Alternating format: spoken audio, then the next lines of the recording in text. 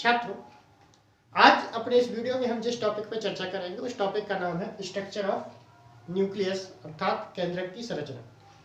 अपने पिछले वीडियो में हमने केंद्रक और उसके कार्यों के बारे में जाना था।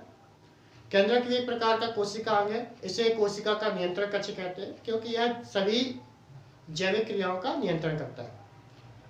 आज हम इसकी संरचना के बारे में अध्ययन करेंगे इस वीडियो में।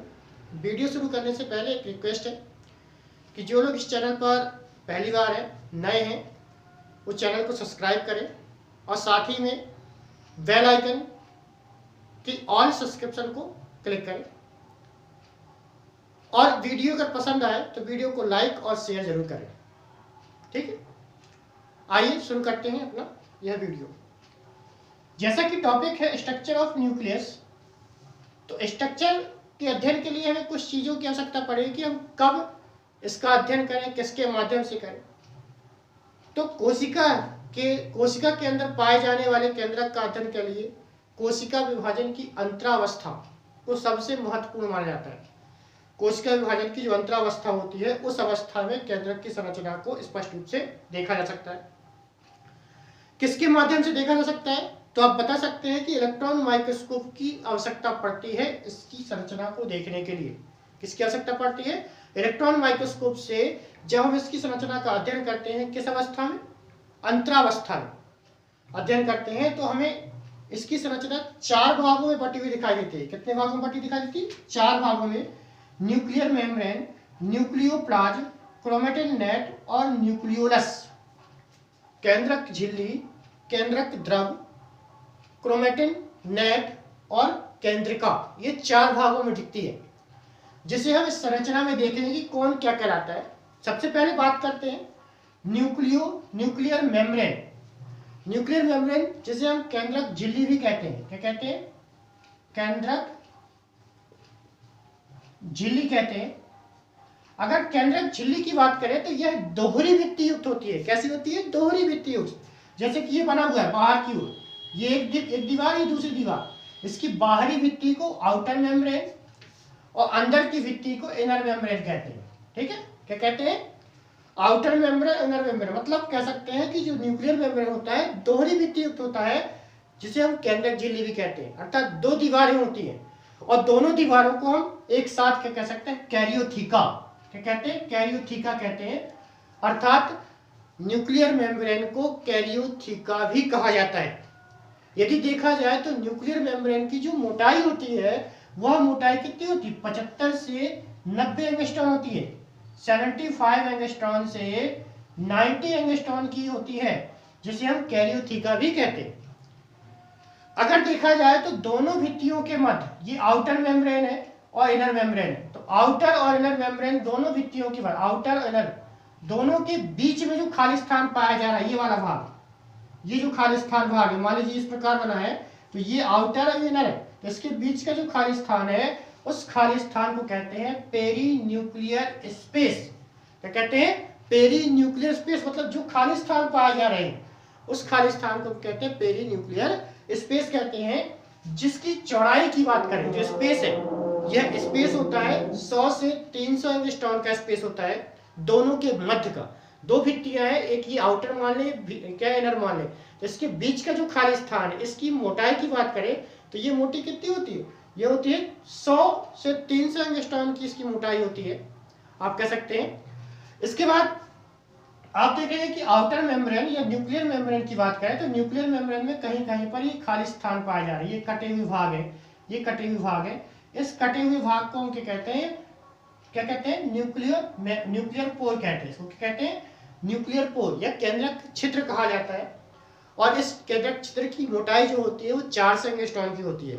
इसी छिद्र के कारण जो केंद्रक होता है ये विभेदकीय पारगम्य होता है। मतलब इसके द्वारा केंद्रक द्रव के पदार्थ कोशिका द्रव में और कोशिका द्रव से पदार्थ केंद्रक द्रव में आते जाते रहते हैं। अगर देखा जाए तो केंद्रक झिल्ली के चारों ओर इस प्रकार के कह सकते हैं केंद्रक झिल्ली की आउटर मेम्ब्रेन अर्थात बाहरी सतह पर ये दानेदार भाग पाए जा रहे हैं। ये दानेदार भाग जो है, इन दानेदार भाग को हम क्या कहते हैं? राइबोसोम कहते हैं। क्या कहते हैं? अर्थात कह सकते हैं हम कि जो आउटर मेम्ब्रेन केंद्रक झिल्ली की बाहरी भित्ति है उसमें राइबोसोम पाए जाते हैं, जबकि आंतरिक भित्ति पे राइबोसोम अनुपस्थित होते हैं। केंद्रक के झिल्ली की बाहरी सतह पर क्या है, कहीं कहीं पर एंडोप्लाज्मिक रेटिकुलम भी लगे होते हैं, जुड़े हुए पाए जाते हैं। कुछ वे तो कुछ केंद्रकों में गोल्गी काय भी एंडो कह सकते हैं कि कोशिका भित्ति की बाहरी सतह से जुड़े हुए पाए जाते हैं। ठीक है, इसके बाद दूसरा भाग आता है न्यूक्लियोप्लाज्म। क्या होता है? न्यूक्लियोप्लाज्म। न्यूक्लियोप्लाज्म की बात करें तो दोहरी भित्ति के अंदर भरा हुआ द्रव, ये जो दानेदार भाग से बताया गया है, तो ये जो द्रव भरा हुआ है, इस भरे हुए द्रव को हम क्या कहते हैं? न्यूक्लियोप्लाज्म कहते हैं। क्या कहते हैं? न्यूक्लियोप्लाज्म कहते हैं। ठीक है, केंद्रक के अंदर जो द्रव भरा होता है, केंद्रक झिल्ली के अंदर, इस झिल्ली के अंदर जो द्रव भरा है, इस द्रव को क्या कहते हैं? हम न्यूक्लियोप्लाज्म कहते हैं। इसे कैरियोलिम्फ भी कहा जाता है। न्यूक्लियोप्लाज्म को हम क्या कहते हैं? कैरियोलिम्फ के नाम से भी जाना जाता है। ठीक है, और कैरियोलिम्फ की बात करें तो इसमें क्या होता है कि समान तौर पर प्रोटीन होते हैं, न्यूक्लिक अम्ल होते हैं, फास्फोरस, एंजाइम तथा खनिज लवणों का बना होता है। जो कैरियो कह सकते हैं कि जो न्यूक्लियोप्लाज्म होता है, जिसे हम कैरियोलिम्फ कहते हैं, इसमें प्रोटीन होता है, फास्फोरस होता है, न्यूक्लिक अम्ल होते हैं, खनिज लवण होते हैं, साथ ही में कुछ एंजाइम होते हैं।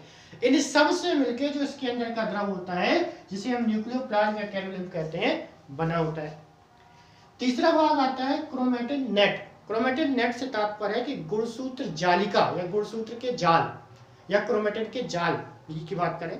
क्रोमेटिन की बात करते हैं तो ये एक धागे नुमा, कुंडलित धागे नुमा आपस में गुथी हुई संरचना होती है, जो ये यहाँ है और कोशिका विभाजन के समय संघनित होकर गुणसूत्रों का निर्माण करती है।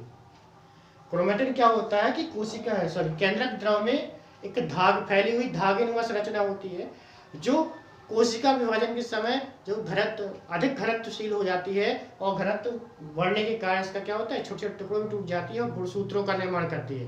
सामान्यतः यह केंद्रक द्रव में एक जाल के रूप में फैली होती है, इसलिए इसे केंद्रक जाल या कह सकते हैं कि क्रोमेटिन जाल के नाम से भी जाना जाता है।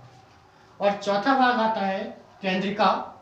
अगर केंद्रिका की बात करते हैं तो केंद्रिका क्या होता है कि केंद्रक के अंदर एक सूक्ष्म गोलाकार संरचना होती है, जिसे केंद्रिका कहते हैं। एक केंद्रक में इनकी संख्या 1 या 2 से 3 तक या 2 से 4 तक भी हो सकती है, 1 या 2 से होती है। इनकी संख्या अधिकांशतः प्रोटीन निर्माण करने वाले केंद्रकों में ज्यादा होती है। मतलब ऐसी कोशिकाएं जो प्रोटीन का निर्माण करती हैं, उनमें पाए जाने वाले केंद्रकों में केंद्रिकाओं की संख्या अधिक होती है, अर्थात 2 से 3 भी हो सकती है। सामान्यतः 1 होती है, लेकिन उसमें 2 से 3 भी हो सकती है। ठीक है, केंद्रिका के बारे में हम एक अलग से वीडियो बनाएंगे, तो इसकी संरचना के बारे में और उसके कार्यों के बारे में जानेंगे। एक बार पुनः देख लें कि स्ट्रक्चर ऑफ जो न्यूक्लियस होता है, तो केंद्रक की संरचना का जब अध्ययन करते हैं तो उसकी अध्ययन करने के लिए हमें इलेक्ट्रॉन माइक्रोस्कोप की आवश्यकता पड़ती है, और साथ में कोशिका विभाजन की अंतरावस्था में हम इसका अध्ययन करते हैं। कोशिका विभाजन की अंतरावस्था में जब इलेक्ट्रॉन माइक्रोस्कोप से हम इसको देखते हैं तो इसके 4 भाग दिखाई देते हैं। न्यूक्लियर मेम्ब्रेन जो बाहरी दोहरी भित्ति युक्त होती है, जिसे कैरियोथीका भी कहते हैं, और इसकी मोटाई 75 से 90 एंगस्ट्रॉम की होती है। इनकी दोनों भित्तियों के मध्य जो खाली स्थान पाया जाता है उसे पेरी न्यूक्लियर स्पेस कहते हैं, जिसकी स्पेस की जो खाली स्थान होता है वो 100 से लेकर 300 एंगस्ट्रॉम का होता है।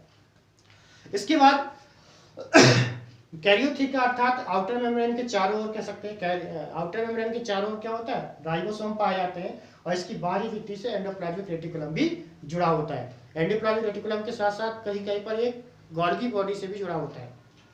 इसकी आंतरिक भित्ति में राइबोसोम नहीं पाए जाते।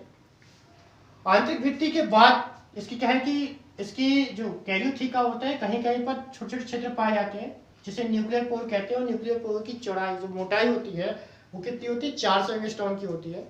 और इसी न्यूक्लियर पोर के द्वारा केंद्रक द्रव से कोशिका द्रव में पदार्थों का आदान प्रदान होता है। केंद्रक के झिल्ली के अंदर एक द्रव भरा होता है, जिसे हम न्यूक्लियोप्लाज्म कहते हैं, या इसे कैरियोलिम्फ कहा जाता है, जो सामान्यतः प्रोटीन, न्यूक्लिक अम्ल, फास्फोरस, कुछ एंजाइम तथा खनिज लवणों से मिलकर बना होता है और कोशिका के पोषण का कार्य करता है। इसी में एक धागेनुमा कुंडलित आपस में जाल के समान संरचना पाई जाती है, जिसे क्रोमेटिन नेट कहते हैं। और कोशिका विभाजन समय इनका घनत्व बढ़ने के कारण गुणसूत्रों का निर्माण होता है। ठीक है, और एक संपूर्ण केंद्रक के अंदर एक भरे केंद्रक द्रव में एक छोटी सी गोलाकार संरचना पाई जाती है, जिसे न्यूक्लियोलस या केंद्रिका कहते हैं। ठीक है, ये था केंद्रक और केंद्रक की संरचना। धन्यवाद।